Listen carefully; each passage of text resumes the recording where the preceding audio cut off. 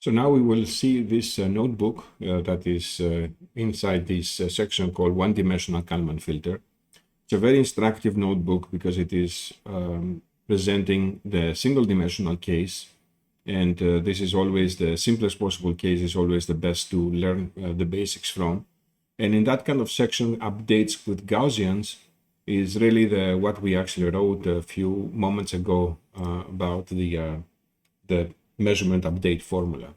And as it turns out, there are closed form solutions. When you have two Gaussians and you multiply with them, there are closed form solutions with respect to the mean and the variance of the resulting posterior, the belief of our location xt.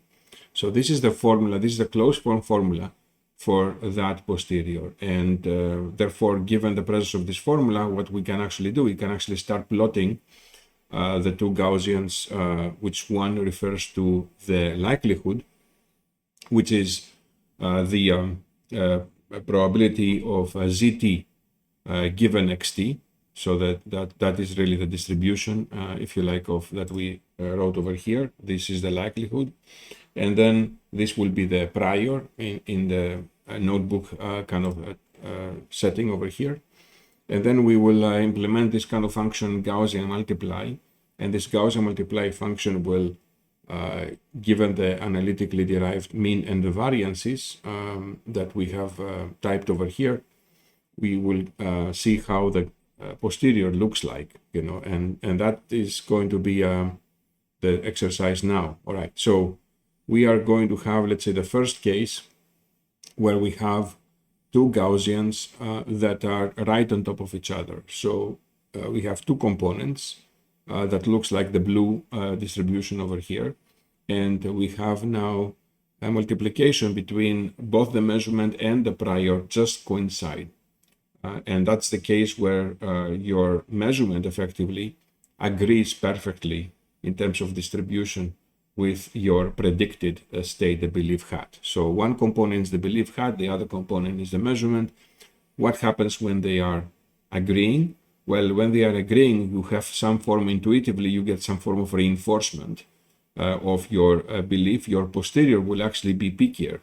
And that is the result analytically as well, and that is going to be the posterior probability density. Okay, so that's one thing. What happens now when we have various, some kind of distance between the prior and the likelihood, the belief hat and the likelihood and the measurement information? So in that kind of case, and let's assume that we have the difference only expands on the mean and the variances are identical, then the posterior will be somewhere in between.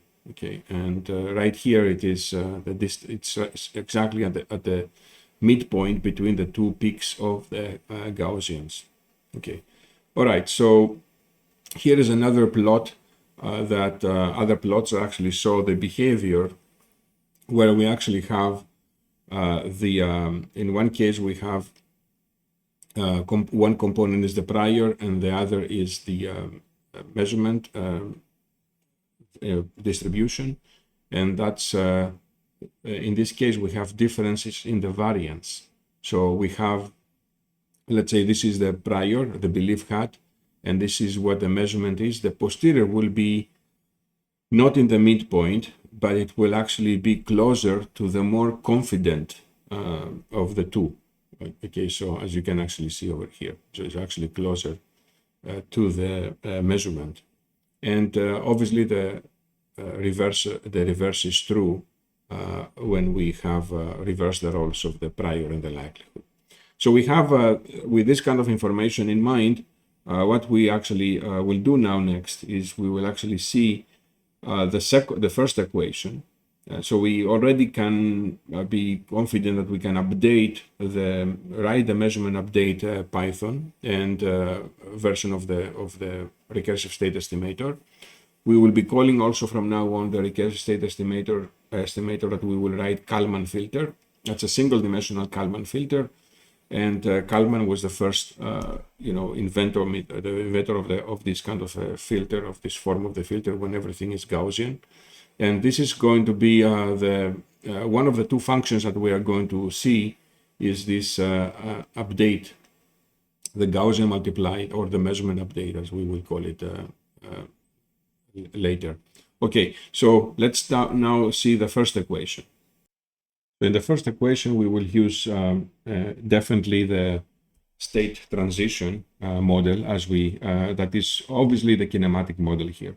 So we have, let me write this down, the prediction step, just to be able to visualize it over here. So we have definitely a Gaussian distribution that governs our belief on the previous state. So this is this has some kind of a mean and some kind of a variance. This is the statistics of effectively the argument that goes into the base filter, and this represents the belief of the x t minus 1. Okay, so that is basically this distribution. And this, let me write it down. This is the probability of xt minus 1 given mu and some kind of variance. All right. And then what will actually is going to happen now is that the drone will actually potentially change its location. And now we are dealing not with a hovering kind of drone, but we are dealing with a drone that is actually going to move. And if it moves, then what is going to happen? Then the mean will actually shift by the kinematic model. So the new location of the mean is going to be, let's say, here, and this will be this point will be given by mu plus let's say Vx delta t plus whatever second order terms for acceleration, so on. That's not really important right now to have an accurate kind of kinematic model. So we have some velocity. Let's assume that this velocity is known, and we have an update delta t. We get a new indication about from the measurement every delta t, as we said. So within delta t, the sort of drone moved by some some feet. Okay, and then we have we'll see some kind of distribution that is going to. In fact, this distribution is going to be not as peaky as the one as we had discussed earlier. So it's going to be some kind of a distribution that is going to be indicating that it is sort of smeared a little bit, so flattened compared to this one, because as we discussed, the fact that we are moving without any presence of without any measurement information is going to result into some form of uncertainty increase. So this is going to be my belief hat of my xt. And the belief hat of my xt is going to possess some form of variance. Let me call this variance some increase in the variance.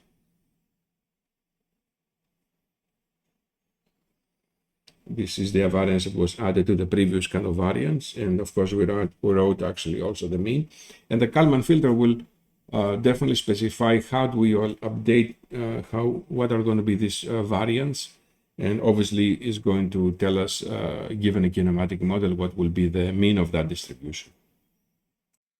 So in the section of the same notebook that we have seen, the one-dimensional Kalman filter, the predictions, the section prediction with Gaussians, we actually see here how the kinematic model is applied. Okay, what is our kinematic model is assumed here? It is the previous state plus v, the velocity times delta t, and how the two, how the belief hat turns out to be both in terms of mean as well also the variance. So we are definitely adding this the movement into the mean of the belief of the previous time instance of the state. And we're also adding the variance. So the predict function is kind of pretty straightforward and simple. Is going to be a Gaussian. That Gaussian will have as mean the previous mean plus the mean that results in from the movement. So that is fairly deterministic given our kinematic model, obviously, and we have this variance, the initial kind of variance plus some kind of transition or movement variance. So that is what we will be looking now to see how we can actually generalize these equations, how we can actually bring together the two equations and write down the one-dimensional Kalman filter in Python.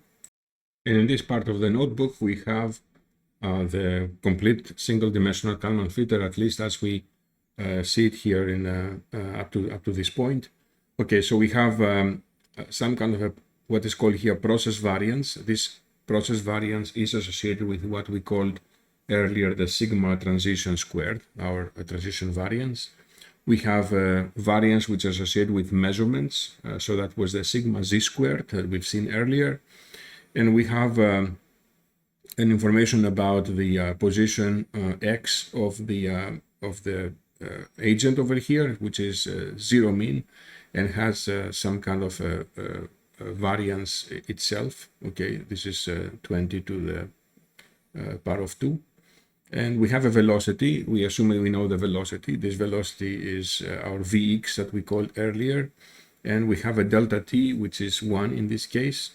And we have a process model. Process model is our transition model. Another way to quote a state transition model is also called process model in the literature, which is evidently Gaussian, that has the sigma square transition over there and the velocity times the delta t. Okay, so this is what we will be, we had over here as well. So we had a process model that included the transition plus this component over here.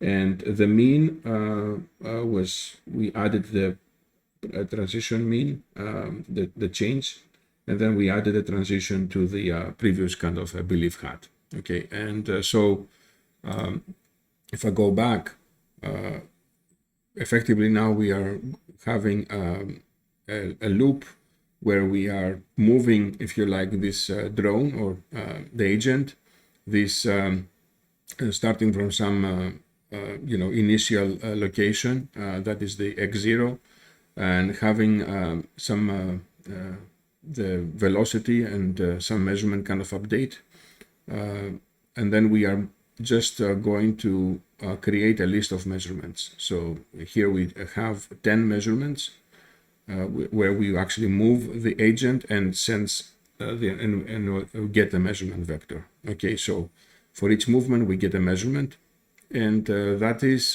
basically the list of measurements, the stream of measurements that are actually coming into our direction. And this will actually be now the Kalman filter.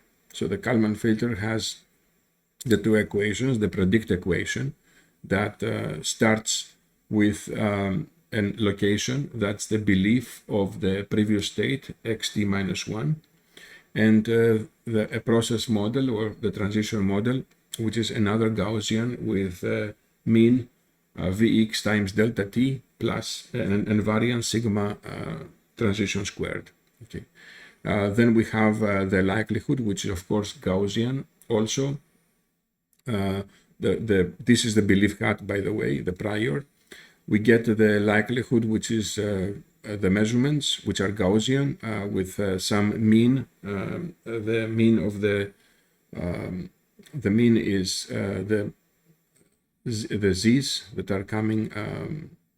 The z is from the list of z's that we have produced earlier, and we also have some error variance sigma z squared, and that is going to be the Gaussian model, and that is going to be what's called the likelihood p of z given xt, p of zt given xt that we wrote earlier.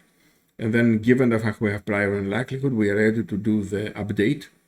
And we are also ready to, then after this update, we have a belief for the next state, for the next time instant, which is the xt in this case. All right, and then this is how the filter will function. The predict step from X with the corresponding, if you like, variance after the measurement is received, how the next state and variance are determined. Notice that the increase in the variance of the initial location of the drone is due to the fact that we effectively say, hey, we do not know exactly where the drone is. That's what we're trying to find out. So we are positioning a Gaussian, which is really very, very flat, and over the whole domain of X's of all possible locations. And then look at the dramatic decrease of that variance, even in the first iteration of the filter, given the fact that we have now a measurement which is actually coming in and is telling us something. So, and this actually goes back to what we have seen earlier about the sort of Kalman gain and the gain in that kind of recursive equation of the update of the location, of the statistics of the location, the maximum likelihood update, that is, where the measurement initially takes a kind of a prime role in the update of the state. And as the state estimates are becoming peakier and peakier, then the measurement takes increasingly reduced kind of role. And finally, after 10 iterations, we have an estimate of our location, and also the authors over here produce the actual location. Since we are doing a simulation here, we always know the true location of that kind of drone, and they are pretty close to each other.